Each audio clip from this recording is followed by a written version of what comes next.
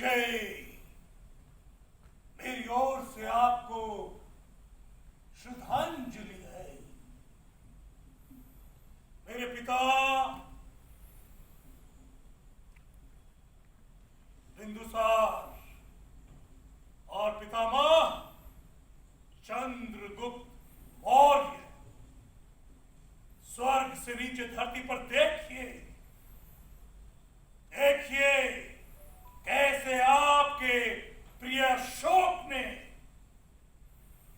मगध के चिर शत्रु कलिंग को अपने पैरों तले कुचला है।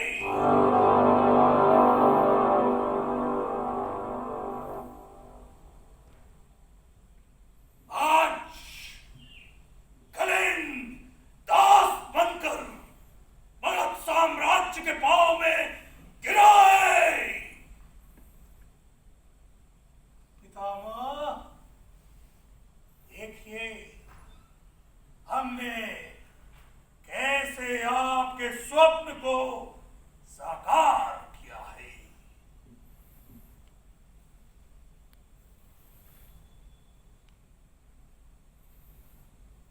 कलिंग,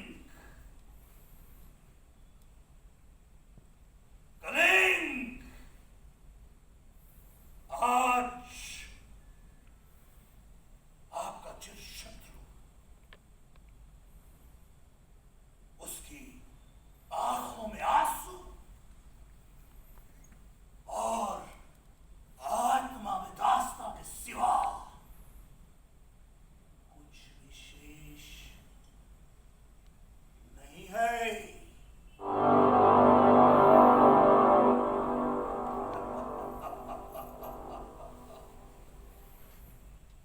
कलिंग युगों तक अपने दंभ का प्रायश्चित भोगेगा। मगध साम्राज्य के भविष्य के पांव धोएगा। कलिंग,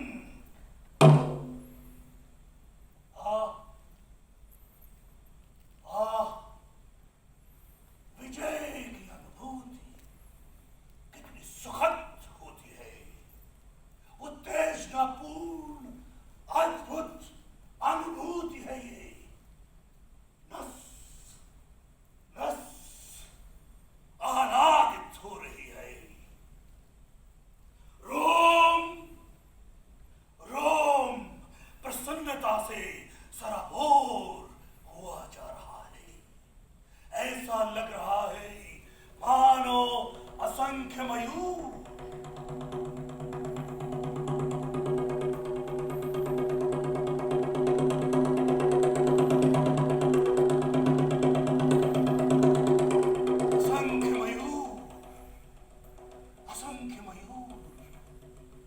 नृत्य कर रहे हो, नृत्य कर रहे हो। खस और नेपाल की विजय से कितनी अलग है ये विजय। संभवतः खस और नेपाल की विजय मगध सम्राट बिंदुसार के पुत्र युवराज अशोक की विजय थी। कलिंग विजय मेरी विजय है। मगध सम्राट अशोक की विजय।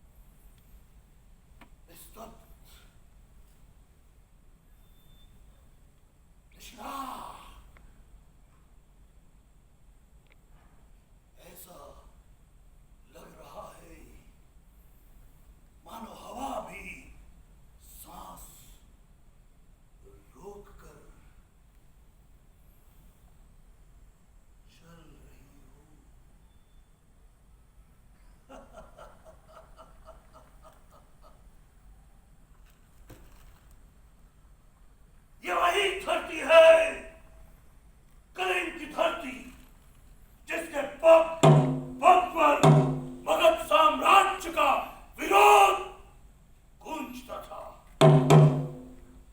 किंतु आज एक भी स्वर सुनाई नहीं दे रहा। कलिंग की जय जयकार करने वाले सारे कंठ निशब्द हैं आज। लगता है कोई भी सपूत जीवित नहीं बचा। कोई है? कोई है? कोई है? ओ कलिंग के सपूतों, मैं तुम्हारा चिर शत्रु मगध सम्राट अशोक आगे खड़ा हूं तुम्हारी मातृभूमि पर। ओ कलिंग के वीरों, आओ आओ आओ, वार करो मुझ पर।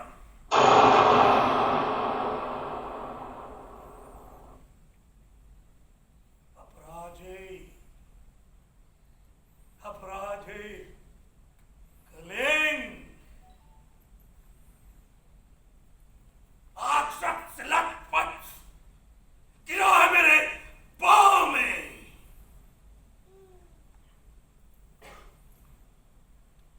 विश्वास विश्वास नहीं होता।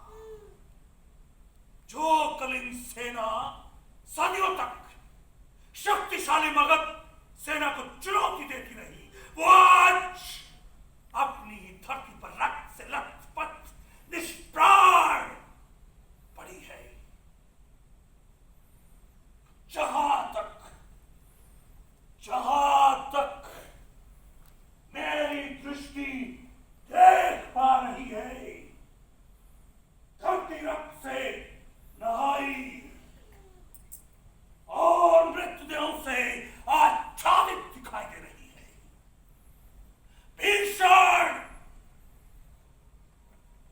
भीषण युद्ध हुआ है। संभवतः ऐसे युद्ध का वर्णन इतिहास के पन्नों पर इससे पहले नहीं हुआ होगा।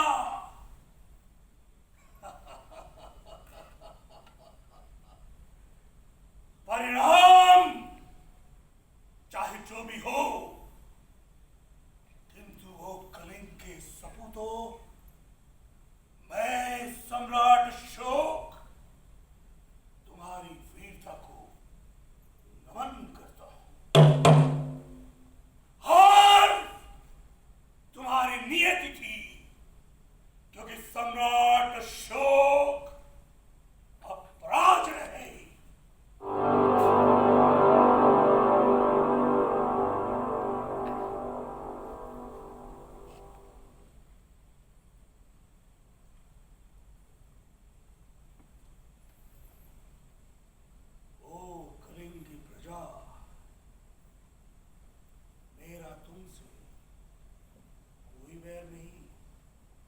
शत्रुता तुम्हारे नरेश से थी, जिसका अंत हो चुका है।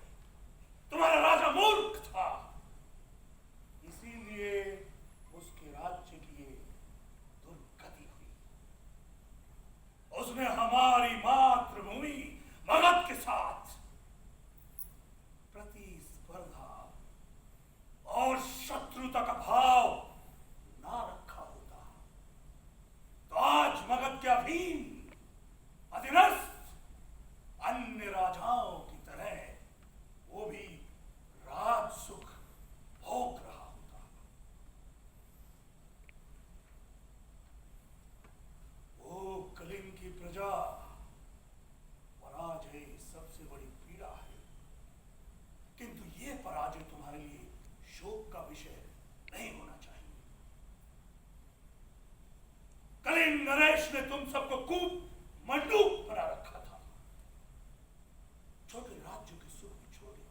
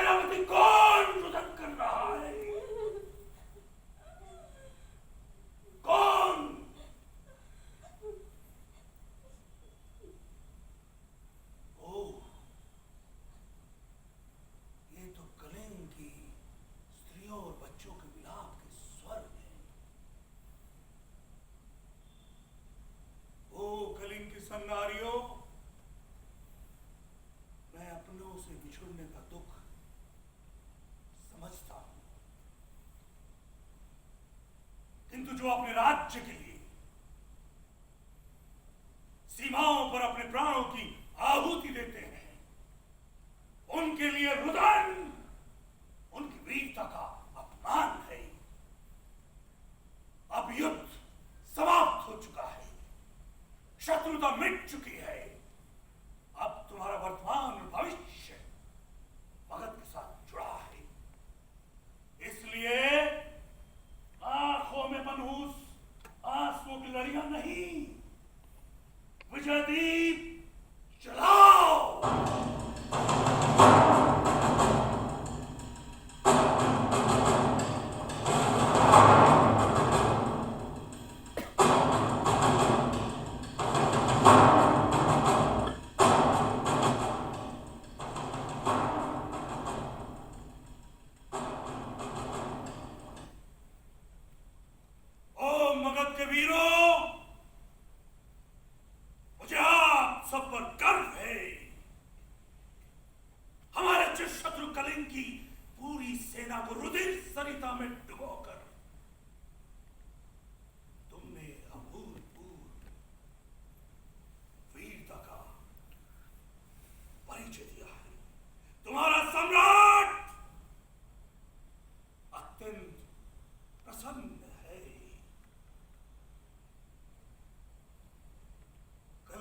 विजय ने केवल मगध के स्वप्न को ही साकार नहीं किया, अभी तो पूरी पृथ्वी पर मगध का मान बढ़ाया है।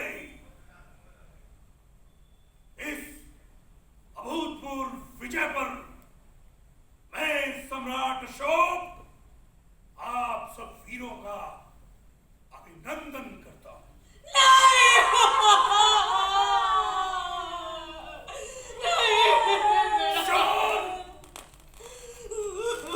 हमारे साम्राज्य में रुदन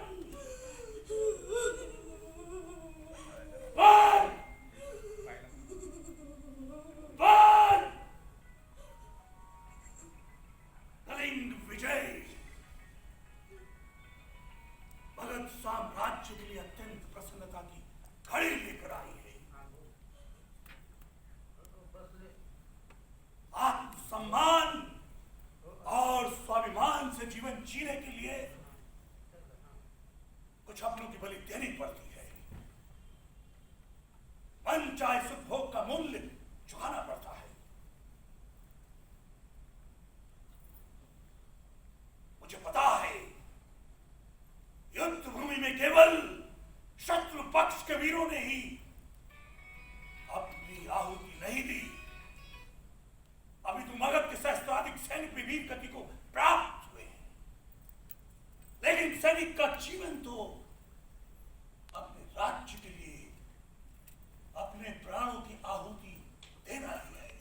रणभूमि में लड़ते लड़ते जो वीर गति को प्राप्त होते हैं, उनके लिए यह विलाप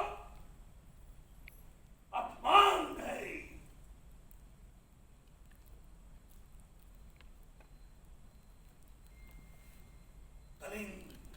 विजय मगध के लिए सबर नहीं है।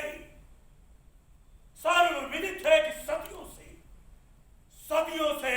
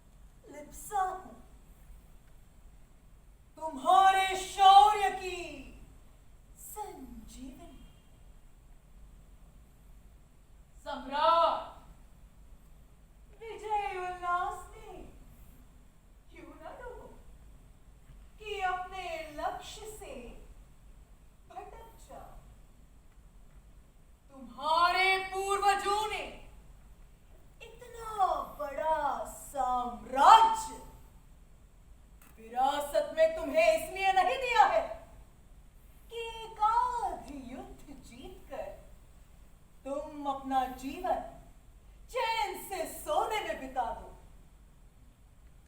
सम्राट निर्विवाद रूप से कलिंग विजय मगध साम्राज्य की अब तक की सबसे बड़ी विजय रही है। किंतु सम्राट, ये अंतिम लक्ष्य नहीं है, ये तो लक्ष्य यात्रा का प्रथम पड़ाव है। साम्राज्य साम्राज्य विस्तार की महत्वाकांक्षा जो तुम्हें विरासत में मिली है, उसे शिखर तक पहुंचाना है तुम्हें। इसलिए उठो और अगले युद्ध के तैयारी में जुट जाओ। जब तक संपूर्ण विश्व दास बनकर मगध साम्राज्य के पांव में नहीं झुकेगा, अपने पूर्वजों के ऋण से पूर्ण नहीं हो पाओगे तुम। उठो सम्राट, जागो। अभी तुम्हें कई युद्ध लड़ने हैं। युद्ध की आहुतियां तुम्हें देती रहनी होगी सम्राट। युद्ध की आहुतियां तुम्हें देती रहनी होगी। युद्ध की आहुतियां तुम्हें देती रहनी होगी सम्राट।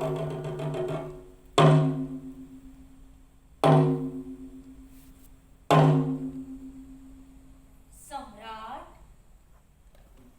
कितने युद्ध लड़ोगे? कौन कौन हो तुम? मुझे नहीं पहचाना। मैं तुम्हारी चेतना हूं, सम्राट अशोक। महत्वाकांक्षा भी तृष्णा की तरह होती है सम्राट।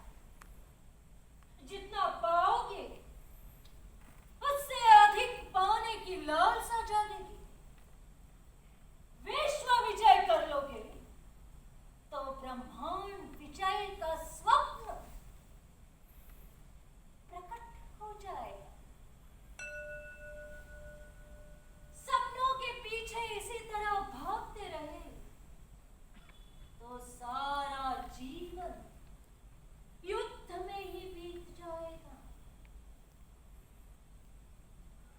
साम्राज्य का सुख कब भोगोगे? सम्राट, मगध साम्राज्य पहले से इस भूभाग का विशाल साम्राज्य है। कलिंग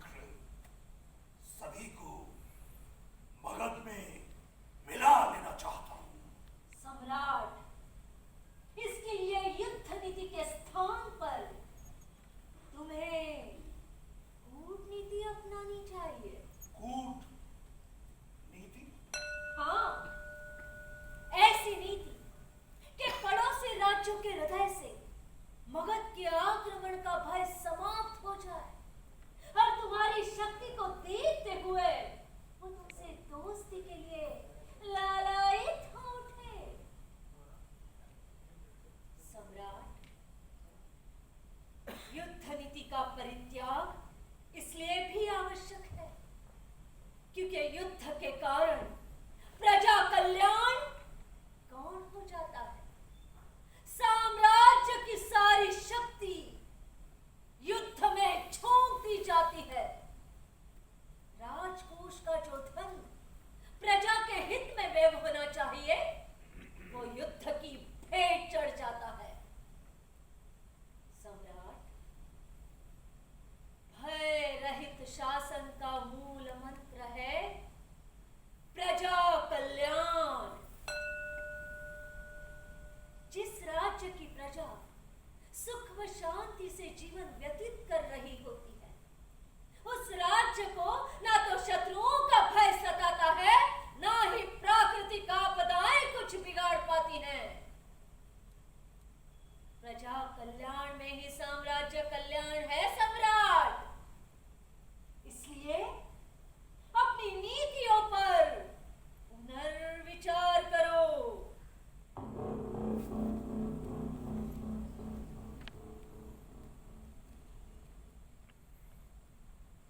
क्या सोच रहे हो सम्राट? कौन? सम्राट का स्वर यूं घबराया हुआ। सम्राट, मैं तुम्हारी प्रजा हूं, तुम्हारी प्रजा। साम्राज्य और प्रजा का हाल जानने गए थे ना? क्या देखा? विभिन्न धर्मावलंबियों के बीच अहम को लेकर टकराव और वैमनस्यता बढ़ती जा रही है सम्राट, बढ़ती जा रही है। प्रशासनिक अधिकारी अपना कर्तव्य निष्ठापूर्वक नहीं निभा रहे। कलिंग युद्ध के दौरान रणभूमि बने क्षेत्रों में महामारी फैली है। लगता है युद्ध में मारे गए लोगों से कई गुना अधिक लोग महामारी की भेंट चढ़ जाएंगे सम्राट। महामारी की भेंट चढ़ जाएंगे, महामारी की भेंट चढ़ जाएंगे सम्राट।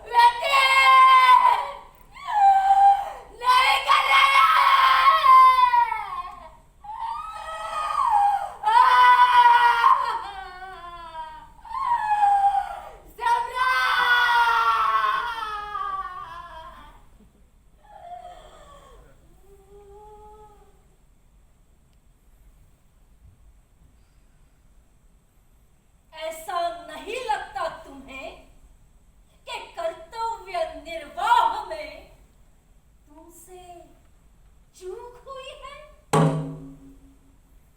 विजय उल्लास और अगले युद्ध की तैयारी में रत होने के चलते प्रजा के सुख शांति का ध्यान नहीं रखा। युद्ध के कारण ना तो सैनिकों अपितु महिलाओं, बच्चों और सामान्य प्रजा की भी भेंट चढ़ा दी तुमने। सम्राट, ये चिंता का नहीं चिंतन का समय है। मात्र शोक करने से बिगड़ी स्थिति संभलने वाली नहीं है। चिंतन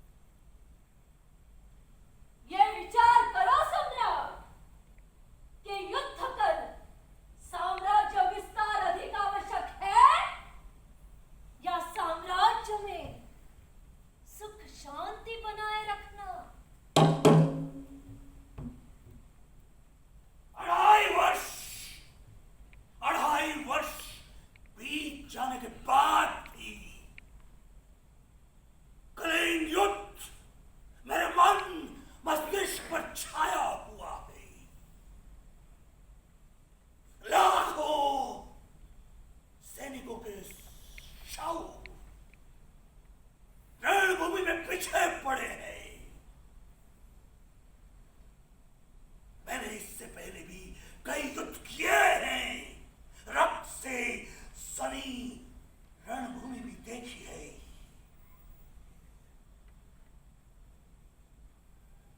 किंतु मेरी व्याकुलता बढ़ती जा रही है।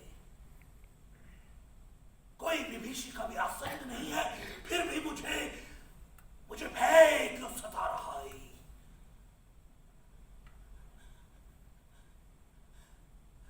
विलाप विलाप विलाप विलाप विलाप के भयावह स्वर। ये व्याकुलता ने मुझे क्यों आ घेरा है? क्यों मेरा हृदय बोझिल हुआ जा रहा है? क्यों आत्मग्लानि मुझे घेर रही है? क्यों क्यों क्यों? नहीं नहीं नहीं नहीं, मैंने कोई पाप नहीं किया। मैं अपने साम्राज्य का अधिपति हूं, सम्राट हूं, और अपनी प्रजा को निष्कंटक राह प्रदान करना सम्राट का धर्म है। मगध सर्वसंपन्न शक्तिशाली साम्राज्य है। उसके निकट कलिंग एक शक्तिशाली देश था, और यह निश्चित है कि कलिंग को हमारी समृद्धि चुभती होगी। दुश्मन वार करे इससे पहले उस पर आक्रमण करना कुशल राजनीति है।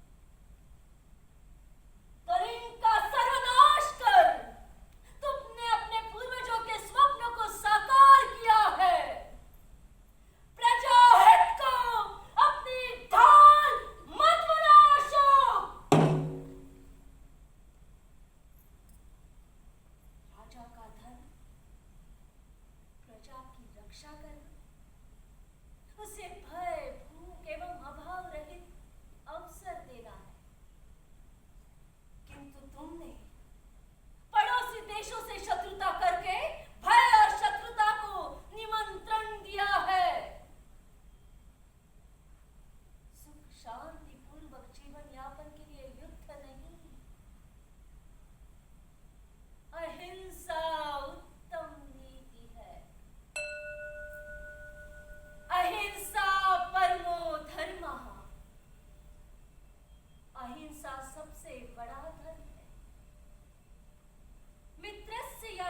शुश्रूषा सर्वाणि समीक्षता। जब हम सबको मित्र की दृष्टि से देखेंगे तो दूसरे भी हमारे साथ मित्रता का ही भाव रखेंगे। राजन, अपनी शक्ति और युद्ध कौशल से कलिंग को तुमने रोंद दिया। कलिंग की धरती और संसाधन शासन पर अपना अधिकार कर लिया, किंतु कलिंग के प्रजा के हृदय पर अभी तक तुम्हारा नियंत्रण नहीं हुआ है। उनके हृदय में तुम्हारे और तुम्हारे साम्राज्य के लिए घृणा की ज्वाला धधक रही है। एक दिन ये ज्वालामुखी फूटेगा और उसका लावा तुम्हारा साम्राज्य और तुम्हारी प्रजा दोनों को लील लेगा। सम्राट, इस तरह से तुमने मगध और मगध की प्रजा दोनों के भविष्य को भय और शत्रुता के गर्भ में धकेल दिया है। नहीं, यह मुझे कलंकित करने का प्रयास है। मैंने परंपरा का पालन किया है। साम्राज्यवाद की नीति मुझे अपने पूर्वजों से विरासत में मिली है और अपने पूर्वजों की संस्कृति का अनुसरण करना कदापि अनुचित नहीं है। युद्ध संस्कृति नहीं।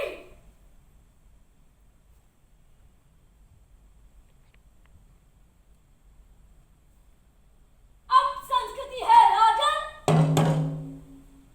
ये वीरता का प्रदर्शन नहीं, पशुता का द्योतक है।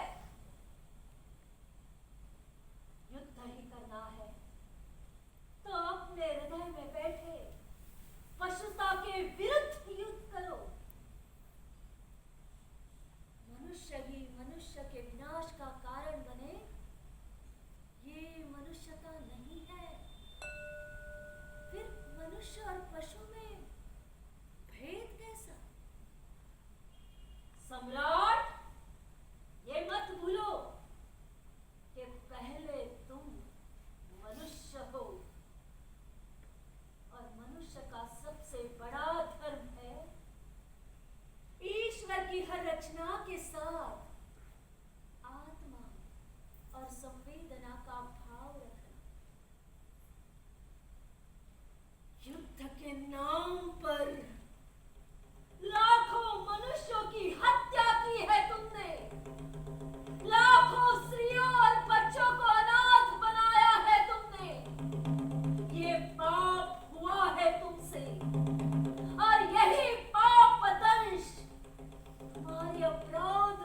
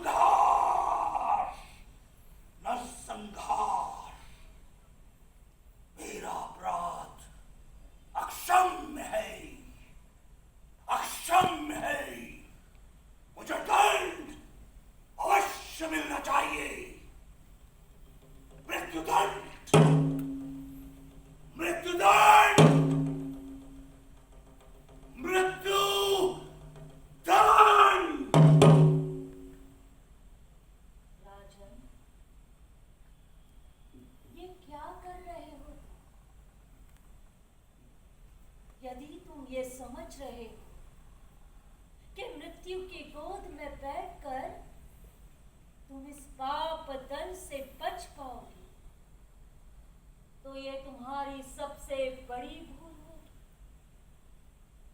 आत्महत्या सबसे बड़ा पाप है।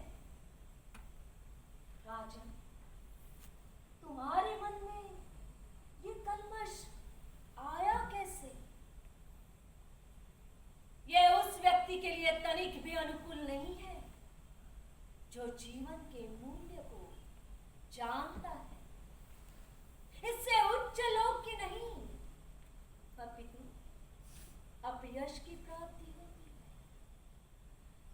और सम्मानित मनुष्य के लिए अपयश मृत्यु से भी भयावह है। राजन, बुद्धं शरणं गच्छामि,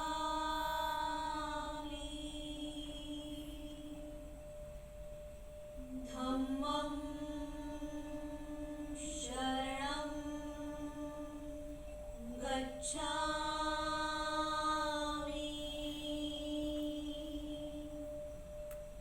संघं शरणं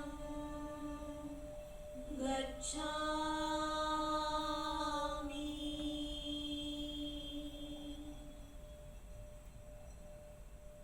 किच्छो मनुष्य परिलाभ, किच्छं मज्जानं जीवितम्। मनुष्य योनि मुश्किल से मिलती है और मनुष्य जीवन मुश्किल से बना रहता है। राजन, ये शरीर वीणा की तरह है। अपने इस सुकुमार शरीर के साथ ऐसा दुर्व्यवहार क्यों करना चाहते हो?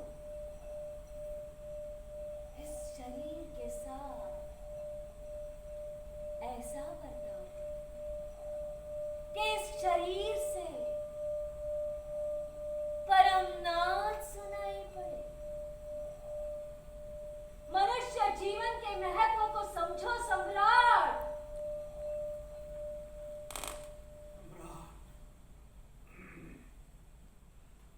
सम्राट,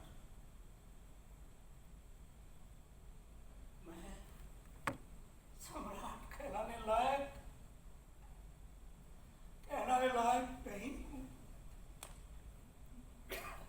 सम्राट का धर्म होता है अपनी प्रजा का पालन करना, उसे सुरक्षा देना। और मैंने साम्राज्यवाद की नीति को अपनाकर अपनी प्रजा के जीवन को संकट में डाल दिया। मैं राजधर्म का निर्वाह नहीं कर पाया, इसलिए मुझे राजगद्दी छोड़ देनी चाहिए और राजगद्दी छोड़कर वन में चले जाना चाहिए, संन्यास लेकर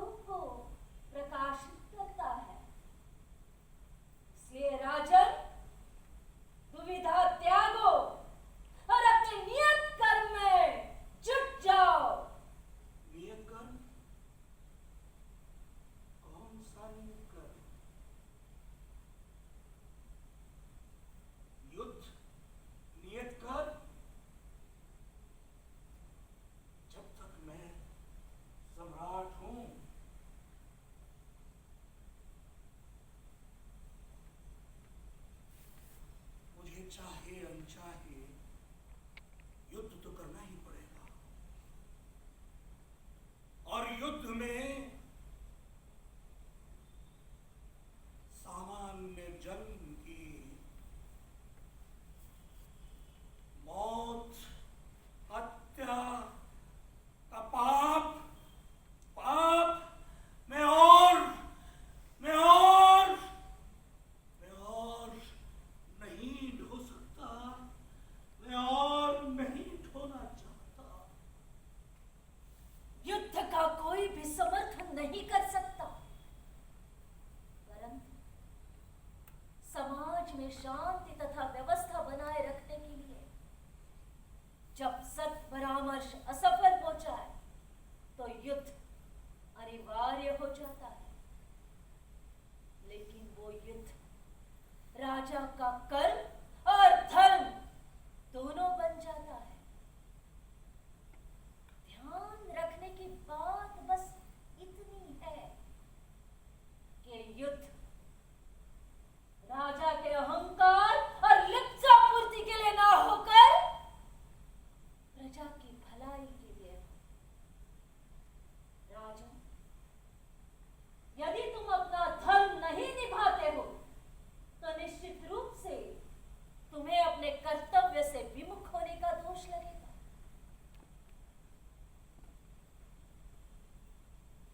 राजन, महापुरुष जो आचरण करते हैं, सामान्य जन उसी का अनुसरण करते हैं।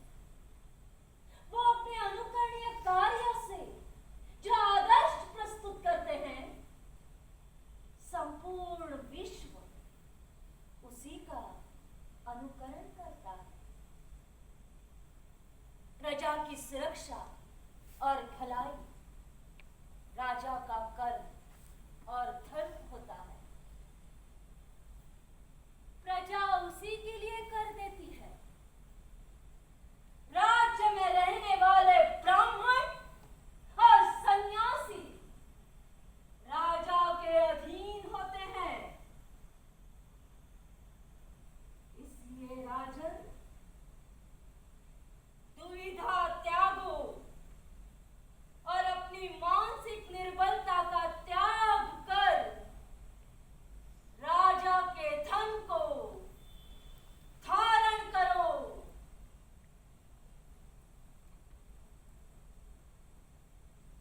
राजन, समस्त प्रजा के हृदय में स्थित है राजा। समस्त प्रजा का आदि, मध्य और अंत है राजा। आदित्यों में विष्णु, प्रकाशकों में तेजस्वी सूर्य है राजा। नक्षत्रों में चंद्रमा, वेदों में सामवेद है राजा। पुरोहितों में बृहस्पति, सेना नायकों में कार्तिकेय और जलाशयों में समुद्र है राजा। हथियारों में वज्र, नियमों के निर्वाहकों में मृत्युराज यमराज और दैत्यों में भक्त प्रहलाद है राजा। दमन करने वालों में काल, पशुओं में सिंह है राजा। नदियों में गंगा, तर्क शास्त्रियों में निर्णायक सत्य है राजा। ऋतुओं में बसंत, अराजकता का दमन करने वाले साधनों में दंड है राजा। विजय आकांक्षा की नीति है राजा। राजा सर्वशक्तिमान है, तभी तो ईश्वर का प्रतिनिधि है राजा। संपूर्ण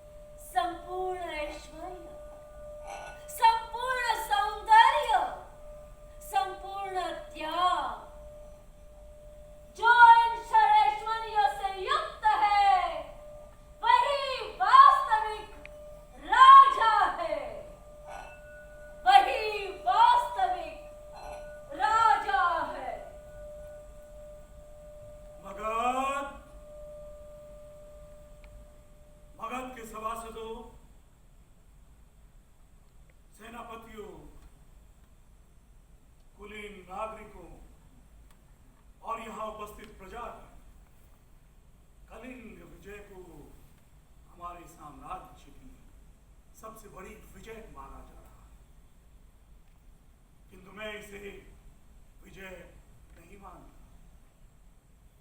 युद्ध में हमने कलिंग की धरती को तो जीत लिया, किंतु वहां की प्रजा के हृदय अभी तक विजित है। जबकि प्रजा के हृदय पर विजय पाना ही किसी भी सम्राट की वास्तविक विजय है। मगध साम्राज्य की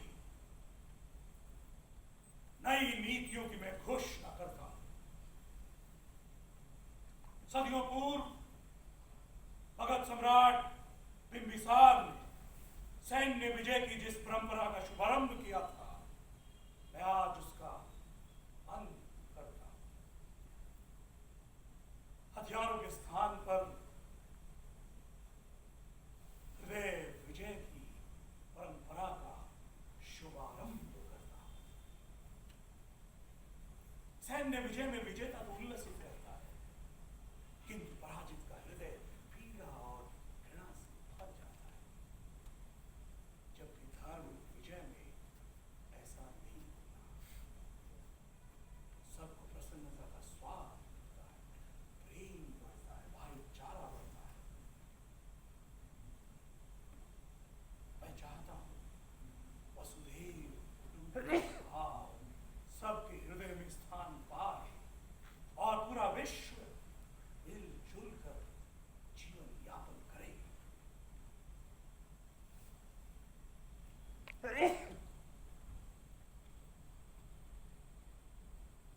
अभी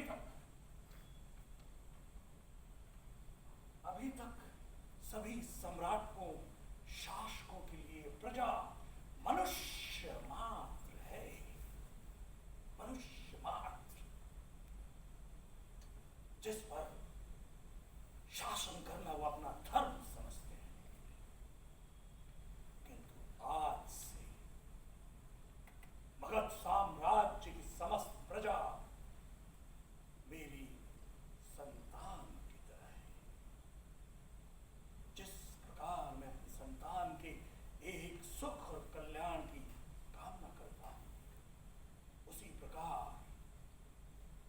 मैं अपनी समस्त प्रजा के एक सुख और कल्याण की कामना करता हूं। और मगध ही नहीं, हमारे पड़ोसी राज्यों की प्रजा भी मेरी संतान की तरह होगी।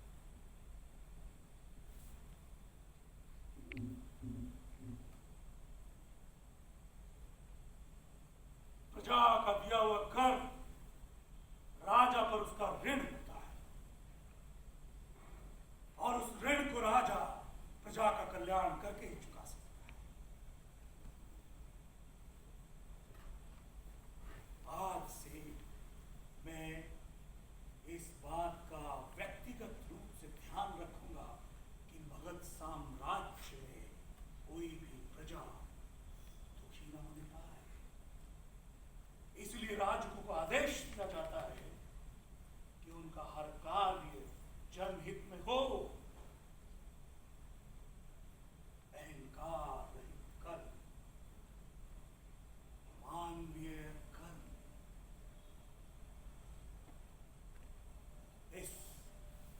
इस पृथ्वी पर समस्त जीवों का कल्याण केवल धर्म के मार्ग पर संभव है, क्योंकि धर्म जीवन को मर्यादाओं में बांधता है।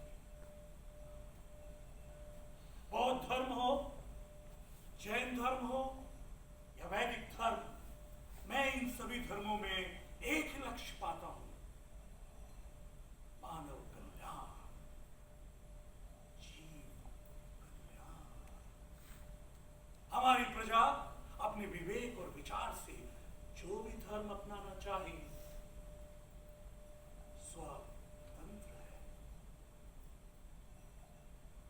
हर एक को अपने धर्म के संरक्षण, प्रचार और प्रसार के लिए संरक्षण प्राप्त होता है। किंतु एक धर्मावलंबी दूसरे धर्मावलंबी पर बलात् ना तो अपना धर्म थोपे और ना ही उसे हीन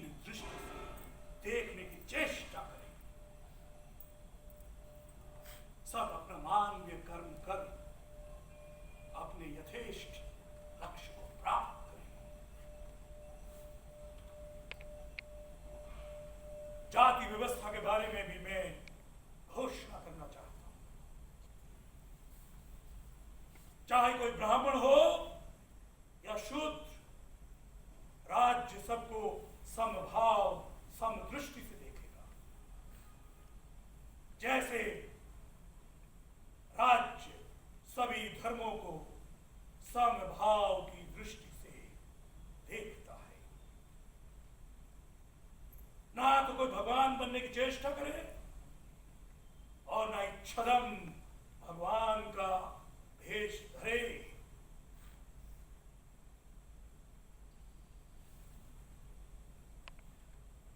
न्याय व्यवस्था भी सभी के लिए समान होगी। अपराधी चाहे किसी भी धर्म या जाति का हो, उसे समान रूप से दंडित किया जाएगा। हिंसापूर्ण सभी आखेटों और उत्सवों पर मैं प्रतिबंध की घोषणा करता हूं। अरे मनुष्य तो क्या, पशु पक्षियों के प्रति भी हमारे हृदय में ममत्व का भाव हो। इसलिए अस्पताल बनाए जाएं, औषधि उपयोगी वृक्ष लगाए जाएं, धर्मशालाएं बनवाई जाएं, जल संसाधन विकसित किए जाएं। मनुष्य ही नहीं, पशु पक्षियों प्राणियों के लिए भी जल का अभाव ना हो। हमारे शासन का मुख्य आधार है जीव कल्याण, मानव कल्याण।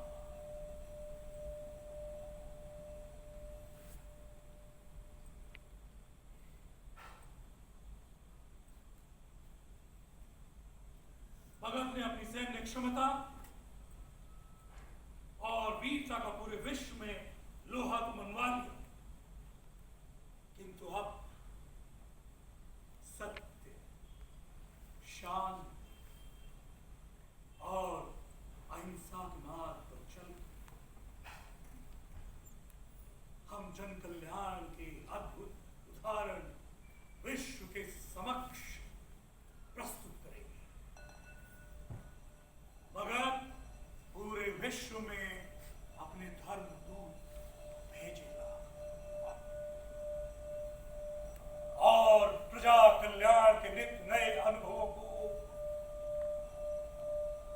विश्व में जन जन तक पहुंचाएगा। भगत प्रजा कल्याण, विश्व कल्याण, प्रजा कल्याण, विश्व कल्याण, प्रजा कल्याण, विश्व कल्याण, प्रजा कल्याण, विश्व कल्याण, प्रजा कल्याण, विश्व कल्याण।